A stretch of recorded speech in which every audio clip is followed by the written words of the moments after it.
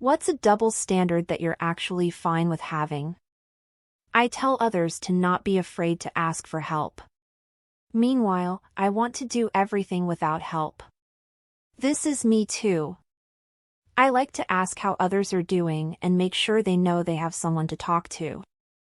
I'd rather hurt myself than ask for help. This is me too. I am there 100% of the time for them if they need me, but it's almost impossible for me to ask for help. Recently getting better at it though. I've been trying to get better at it. I have a couple good friends I could commit murder in front of and they'd be here for me. I get stuck waiting for people to ask how I'm doing and then just trauma dump when someone finally does. I need therapy. Waiting until I get to a place where I'm stable financially and settled into a home before that starts. Maybe I'm just postponing because I'm afraid. Maybe I think too much. Smoking while telling people they shouldn't smoke. I'm a smoker. Sometimes people ask if it's worth it, and I always say no. I started smoking in a hard time in my life, and now can't get away from it. Stopped smoking this year, after 30 years of heavy smoking, to the point it was so bad I would get up in the middle of the night to get a drink or go to the toilet always meant sneaking in 2 or 3 more cigarettes. Easily smoked 40 plus a day. If I had a night at the pub would always take 3 packets, often never came home with any.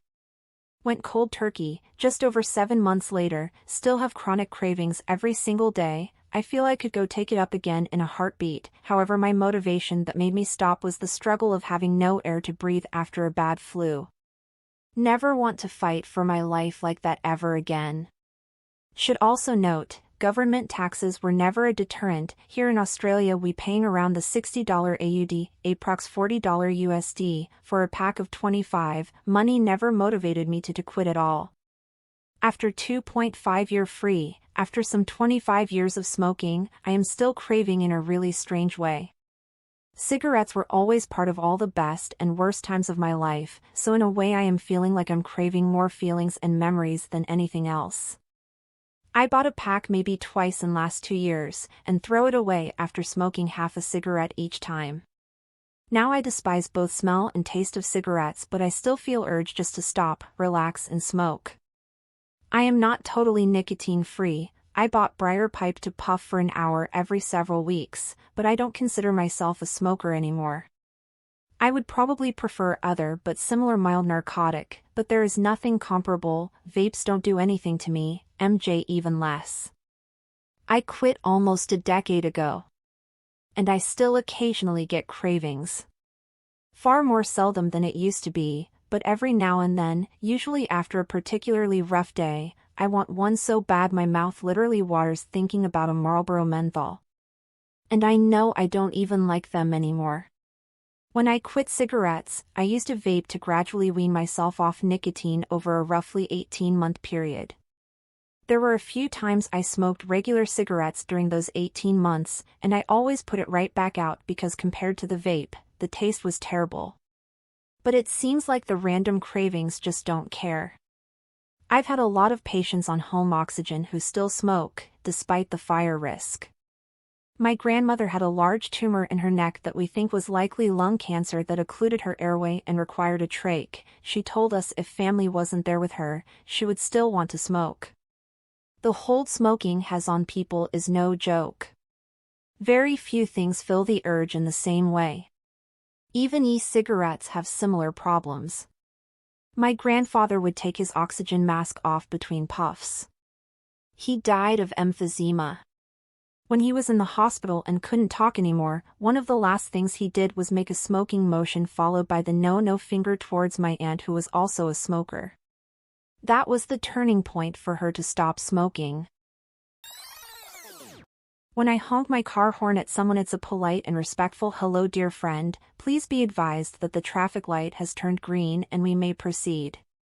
When someone else honks their car horn at me, it's "Gah. I'm a twat waffle. I only think of myself. I'm a product of incest who has no ability to wait. Gar." When I drive, I think all cyclists and pedestrians are brainless idiots competing for the Darwin's Award. When I'm cycling or walking, I think all drivers should be locked in their vehicles and dropped off a cliff for the way they drive. LOL. My local subreddit is a constant war of drivers and cyclists that are both totally convinced the other side should be completely banned. This describes almost every city in North America and many elsewhere. Gender bathrooms with women having to line up longer. This is why, as a man, I don't really like gender-neutral bathrooms. I want to keep my male privilege of not lining up for a toilet. Feels very VIP walking down one side of a corridor while the other side has a long line of women.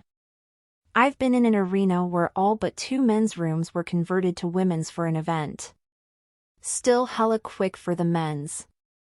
Went to a show recently with gender-neutral bathrooms and eventually the men caught on that they were waiting in line while urinals were not being used, so they started a urinal line on the side. It was beautiful. Taylor Swift concert was insane, lol. Men's room was a ghost town, women's room was that picture from China with 50 lanes merging into one. Isn't that why fans started wearing diapers? Speaking of double standards. One time I was in line for the bathroom. It was a single line leading to a men's room and ladies' room. I'm near the front and a guy comes out of the men's room. The woman in front of me shrugs to her friend and goes in. Then the ladies' room opens and I shrug and went in. That was like 8 years ago. And I'm still mad that when I came out, that lady's friend asked me, "Really? You couldn't wait for the men's room?" Hello, your friend is in there. We don't live as long as women. We should spend less time waiting in line for the can. Women live longer than men on average, though it seems like most of the extra time is spent in line for the bathroom. Women live longer than men because women don't say watch this. I'm the primary breadwinner in my house. Fortunately, I make enough to where my wife can be a SAHM. If she ever wanted to go out and get a job and bring in her share, she'd have my full support. But I'm perfectly fine being the one who goes out and works to provide for the family while she handles the paperwork and manages the home front. To me, that just sounds like division of labor. The double standard I have seen is that if a man is a stay-at-home father while his wife is the breadwinner, he's ridiculed, whereas no one bats an eye at a stay-at-home mother. Unfortunately, it tends to be men doing that ridiculing of SAHDs, although I do think it's women who make it harder for SAHDs at playgrounds and such. Never personally saw them being ridiculed, but motherhood subreddits are filled with stories about SAHDs who play games all day, half-ass their chores, don't really take care of the kids and expect their wives to help them by making dinner after work. The women who are happy don't post, it's like reviews online. People who are mostly happy don't feel the need to say anything. Motorcycles that can filter/split way through traffic to front and also park in a lot more spots because it doesn't disturb people. The things that done in a car would enrage some. Edit, added splitting. I don't know what's the difference, so probably used wrong one at first. This started in Cali because air-cooled bikes would overheat sitting in traffic. It also keeps everyone safer when done properly as it puts motorcyclists in front of cars, keeping them away from each other and resulting in less crashes. You got a source? I'm struggling to imagine how motorcycles would be more likely to crash when sitting in traffic not moving than when dodging between cars. And what does "it puts motorcyclists in front of cars keeping them away from each other" mean exactly? You're in traffic surrounded by cars. You pass a few of them. You're still in traffic surrounded by cars. Right? What am I missing? Yes, sir, reduces rear ends quite a bit based on Berkeley's study. That men have to catch bugs in the house. I feel bad when they kill them, so I try my best to catch and release. We've divided pests up: ants, earthworms, mice, grain mites and wasps are mine to deal with, but roaches, squirrels, beetles, and lizards are not. Spiders smaller than a thumbnail get a free pass, bigger than that and I'm called to action. Mosquitoes and flies are equal opportunity. Most snakes, large rats, and bats we call in the professionals. Where TF do you live? Australia probably. That sounds like more than just Australia. That sounds like I live in Australia and don't own a door. It sounds like I live in Australia, but I live in a big cardboard box that's leaning against a tree. I'm a proponent of the reverse orgasm gap. Women should come more than men during intercourse. That's why, on average, they have a much smaller refractory period. One of my favorite things my partner ever said to me after sex was that I was undoing the orgasm gap, but honestly, I'm right there with you. A woman can have multiple orgasms in a short period of time, and it's easier to get to the second one once the first has happened, whereas I realistically am gonna need a Gatorade and a cool-down period if I'm supposed to make it happen twice. I am happy to get my wife stuck in an orgasm. I only expect to splode once though. If we reversed it and I got stuck in an orgasm, I'm pretty sure I would pass out from lack of oxygen or just straight up die.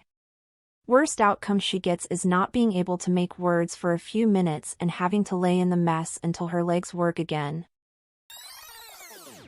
Please like and subscribe for more daily content.